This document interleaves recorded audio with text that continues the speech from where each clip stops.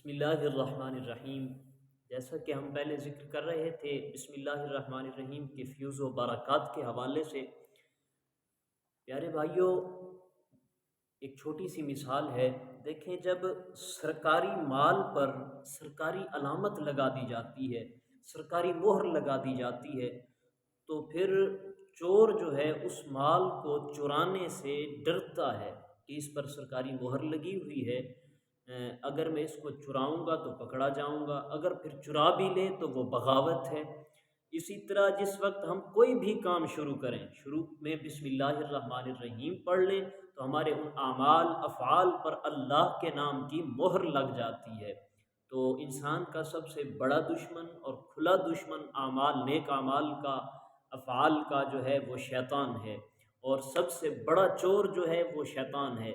باقی یہ جو دنیاوی چور ہیں یہ تو مال چرانے سے ڈرتے رہتے ہیں نا، جب سرکاری مہر لگ جاتی ہے۔ تو یہ جو شیطان ہے یہ ایمان کا چور ہے۔ جس وقت اللہ کے نام کی مہر لگ جاتی ہے تو پھر یہ شیطان اب ہمارے اعمال صالحہ کے اندر عمل دخل نہیں کرتا۔ ویسے تو یہ کوشش کرتا رہتا ہے، لیکن جس وقت آتا ہے دیکھتا ہے کہ اللہ کے نام کی مہر لگی ہوئی ہے تو پھر یہ پیچھے ہٹ جاتا ہے،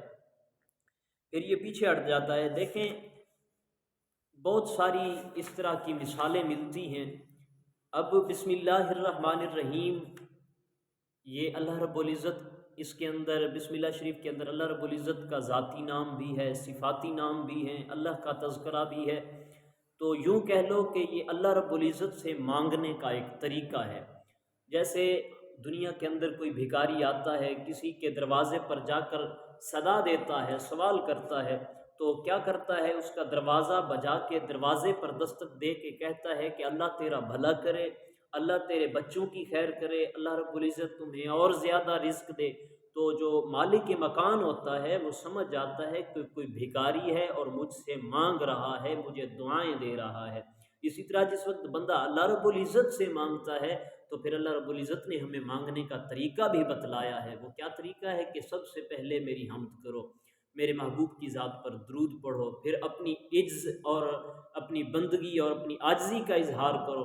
جس وقت ہم ایسا کرتے ہیں تو اللہ رب العزت ہم پر بہت خوش ہوتا ہے۔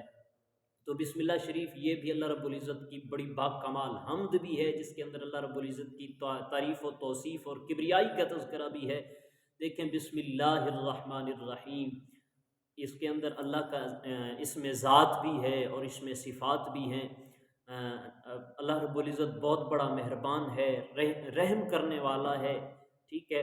تو دیکھیں، جس وقت بندہ اللہ رب العزت کے دروازے پر مانگنے کے لیے آتا ہے تو بسم اللہ شریف پڑھ کر مانگ لے تو اللہ رب العزت اس کو خالی واپس نہیں لوٹاتا، اس کی جھولیاں اللہ رب العزت اپنی رحمتوں سے بھر دیتا ہے۔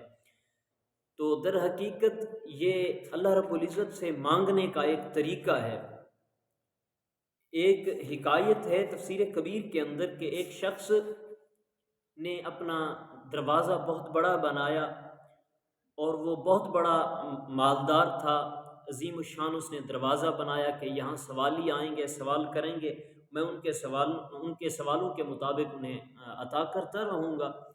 تو اس کے دروازے پر ایک فقیر گیا اور اس نے جا کر صدا لگا دی۔ تو چونکہ مکان بھی بڑا تھا، دروازہ بھی بڑا تھا، تو اندر سے جو ہے نا چھوٹی سی چیز اسے ملی، جو برآمد ہوئی، اسے تھوڑی سی چیز اسے مل گئی۔ تو اس فقیر نے خاموشی سے وہ چیز لے لی اور وہاں سے چلا گیا۔ جب دوسرا دن آیا تو اس نے ایک مضبوط پھوڑا اٹھایا اور پھوڑا مضبوط اٹھا کر اس مالک مکان کے دروازے پر آیا جس نے وہ بڑا سا دروازہ بنایا ہوا تھا۔ اس فقیر نے اسی دروازے کو اکھیڑنا شروع کر دیا۔ مالک مکان آیا، پوچھا بھئی یہ کیا کر رہے ہو؟ اس نے کہا، اس فقیر نے بڑے با کمال جواب دیا ہے، اس نے کہا یا تو اپنی عطا اس دروازے کے مطابق کرو یا پھر اپنا دروازہ اپنی عطا کے مطابق کرو۔ اللہ رب العزت تو بہت بڑی ذات ہے، بڑا غنی ہے، جس وقت ہم اس سے مانگتے ہیں تو وہ عطا کر دیتے ہیں۔ اس لیے بسم اللہ الرحمن الرحیم پڑھتے ہیں تو مطلب ہمارا یہی ہوتا ہے، باری تعالیٰ تو بہت بڑا مہربان ہے، ہم گنہگار ہیں، بدکار ہیں، بد کردار ہیں، باری تعالیٰ ہمارے گناہوں کو معاف فرما۔ جس وقت ہم اس کے رحمان ہونے کا، رحیم ہونے کا تذکرہ کرتے ہیں تو اللہ رب العزت رحم بھی فرماتا ہے۔ ایک اور چھوٹی سی حکایت مجھے یاد آ گئی ہے۔ ایک دفعہ دو بھائی تھے، ایک بڑا تھا اور ایک چھوٹا۔ بڑا بھائی اس نے ساری زندگی بدکاریوں میں گزاری، گناہوں میں گزاری۔ چھوٹا بھائی جو تھا وہ نیک آدمی تھا، اعمال صالحہ کی رغبت اسے حاصل تھی۔ تو بڑا بھائی بیمار ہو گیا اچانک، حتیٰ کہ وہ بستر مرگ پر آ گیا۔ اب چھوٹا بھائی قریب بیٹھا ہے، کہتا ہے کہ بھائی میں تجھے منع کرتا تھا کہ تو یہ برے کام چھوڑ دے، یہ اچھے کام کیا کر، غیبت، جھوٹ، زنا، یہ شراب خوری، یہ سب کچھ چھوڑ دے۔ اب دیکھ تو اپنے اللہ رب العزت کو کیا منہ دکھلائے گا، کیسے جائے گا اس بلند و بالا بارگاہ کے اندر اتنے گناہ لے کر۔ تو بڑا بھائی جو تھا اس نے کہا کہ میرے چھوٹے بھائی یہ بتلائیں، اگر کل قیامت کے دن میرے رب نے میرے اعمال کا معاملہ میری والدہ کے سپرد کر دیا، میری بخشش والا معاملہ سارے کا سارا میری والدہ کے سپرد کر دیا، تو میری والدہ کیا کریں گی، امی جان ہمارے حق میں کیا کریں گی؟ تو چھوٹے بھائی نے جواب دیا، ظاہر ہے وہ تو ماں ہے، ماں اپنے بچوں سے بڑا پیار کرتی ہے، ظاہر ہے وہ تو ماں ہے، ماں تمہیں جنت میں بھیج دے گی۔ تو جس وقت چھوٹے بھائی نے یہ بات کی، بڑے بھائی نے کہا کہ میرے پیارے بھائی، میرا اللہ میری ماں سے بہت زیادہ مجھ سے پیار کرتا ہے، میری ماں تو مجھ سے پیار کرتی ہے، میرا رب جو ہے وہ تو 70 ماؤں سے بھی مجھ سے زیادہ پیار کرتا ہے۔ بس یہی کہہ کر مر گیا۔ کچھ دن گزرے، چھوٹے بھائی نے بڑے بھائی کو خواب کے عالم میں دیکھا کہ وہ تو بڑے آرام میں ہے، بڑا خوشحال ہے۔ تو چھوٹے بھائی نے مغفرت کی وجہ پوچھی تو کہا کہ جو مرتے وقت میں نے جملہ ادا کیا تھا کہ میرا رب مجھ سے 70 ماؤں سے بھی زیادہ پیار کرتا ہے، بس اسی جملے کی وجہ سے اللہ نے مجھے بخش دیا ہے۔ دیکھیں کہ اللہ رب العزت کتنا بڑا مہربان ہے، کتنا بڑا رحیم ہے کہ وہ تو 70 ماؤں سے بھی زیادہ پیار کرتا ہے۔ جب ایک ماں اپنے بچے کو تکلیف میں نہیں دیکھ سکتی، جو رب 70 ماؤں سے بھی زیادہ اپنے بندے سے پیار کرتا ہے، وہ رب اپنے بندے کو تکلیف میں کیسے دیکھ سکتا ہے؟ دعا ہے اللہ رب العزت ہمیں عمل کی توفیق عطا فرمائے، اور اللہ رب العزت ہم سب کو بسم اللہ شریف پڑھنے والا بنائے۔ اللہ رب العزت غیبت، جھوٹ، زنا اور یہ برے افعال جتنے ہیں، اعمال جتنے ہیں، اللہ کریم ہم سب کو ان سے محفوظ رکھے، اور پروردگار عالم ہم سب کو اعمال صالحہ کی رغبت عطا فرمائے۔ اللہ کریم پیارے محبوب کریم صلی اللہ علیہ وسلم کی شریعت مطہرہ پر، آپ کی اسوہ حسنہ پر عمل کرنے والا بنائے۔ اللہ پاک ہم سب کو 5 وقت کا سچا پکا نمازی بنائے۔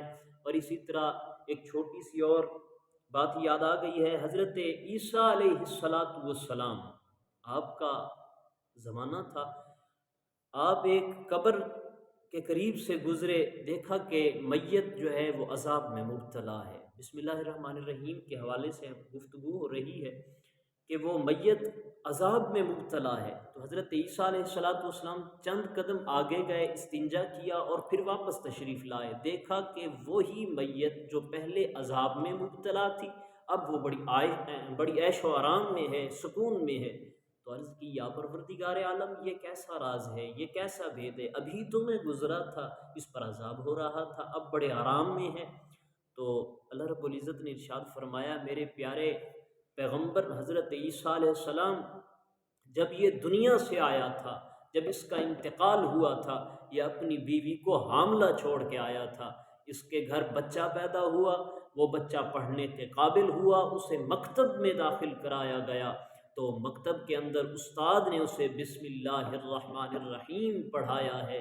اب جس کا بچہ مجھے رحمان بھی کہے، رحیم بھی کہے، اب میری شایان شان یہ نہیں ہے کہ میں اس پر عذاب کروں، تو میں نے اس کے گناہوں کو معاف کر دیا اور اس کی بخشش کر دی۔ تو اس بات سے پتہ چلتا ہے کہ بچوں کی نیکی سے ماں باپ کی نجات بھی ہو سکتی ہے۔ دیکھیں بسم اللہ الرحمن الرحیم کی کتنی برکتیں ہیں، کتنی فضیلتیں ہیں، بہت زیادہ برکات حضور علیہ السلام کی احادیث فرامین بے شمار ہیں بسم اللہ شریف کے برکات کے حوالے سے۔ دعا ہے اللہ رب العزت ہمیں عمل کی توفیق عطا فرمائے۔ اور آخر پہ ایک چھوٹی سی بات کرتا چلوں کہ جس کے گھر کے اندر فاقہ ہو، تنگ دستی ہو یا کوئی ذریعہ معاش نہ ہو، تو اس کے لیے بہت ہی باکمال وظیفہ بتانے لگا ہوں۔ روزانہ بسم اللہ الرحمن الرحیم، شرط اول یہ ہے کہ 5 وقت کا نمازی ہو، 5 وقت نماز ضرور ادا کرے، رزق حلال کھانے کی کوشش کرے، پھر روزانہ بسم اللہ الرحمن الرحیم کی تسبیح کیا کرے، انشاءاللہ اللہ رب العزت ذریعہ معاش بھی عطا فرمائے گا اور تنگ دستی بھی ختم ہو جائے گی انشاءاللہ بفضلہ تعالی۔